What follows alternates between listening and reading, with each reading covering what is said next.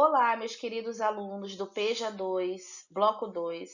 Aqui é a professora Vanessa, de Ciências, e a nossa videoaula de hoje será sobre o gabarito dos exercícios que eu passei na nossa última videoaula sobre substâncias puras e misturas. Vamos lá, então. Número 1. Diga o que é e dê um exemplo de fenômeno físico.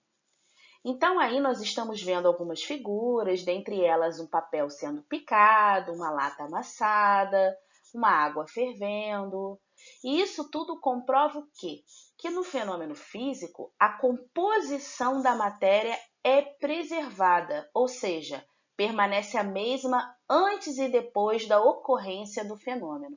Isso significa que o material, antes de ocorrer o fenômeno, é igual o material depois do fenômeno ocorrido, né? Então você percebe que a lata, que a água, que o papel, eles vão continuar da mesma forma, sua composição química não se altera, tá bom?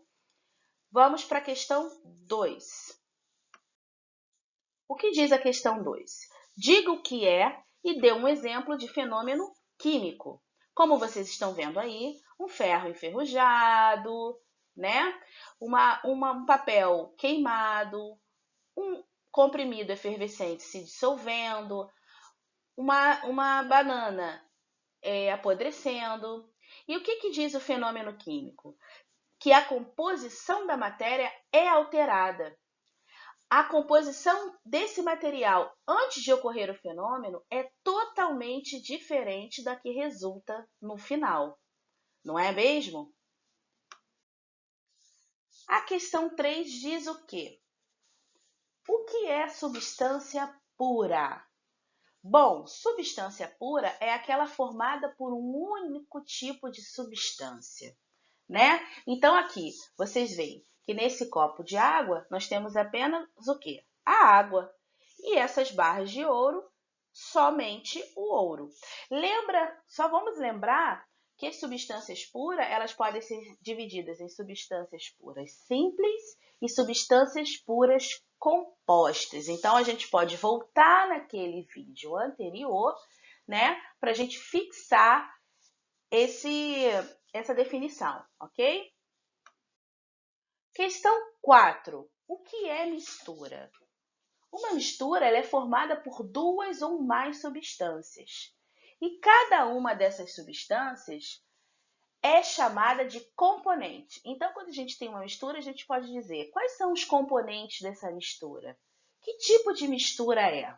E aí nós vamos para a questão, finalmente, né, a questão 5, que diz assim: dê um exemplo de mistura homogênea e um exemplo de mistura heterogênea.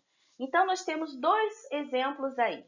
O primeiro deles, quando a gente mistura água e óleo, e aí você vê que no último copo, a gente está conseguindo enxergar o quê? Duas fases, a fase do óleo e a fase da água.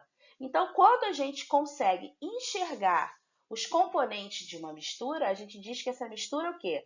Heterogênea, tá bom? E no de baixo está a água misturada ao sal. Você vê que no último copo a gente tem água e sal e a gente não consegue enxergar os componentes dessa mistura. A gente está enxergando apenas uma fase. Portanto, a gente diz que essa mistura é uma mistura homogênea. Inclusive, na pergunta está assim: dê um exemplo de mistura homogênea primeiro, né? E heterogênea depois. E aí, no exemplo que eu coloquei para vocês, na figura que eu coloquei para vocês, eu coloquei o contrário.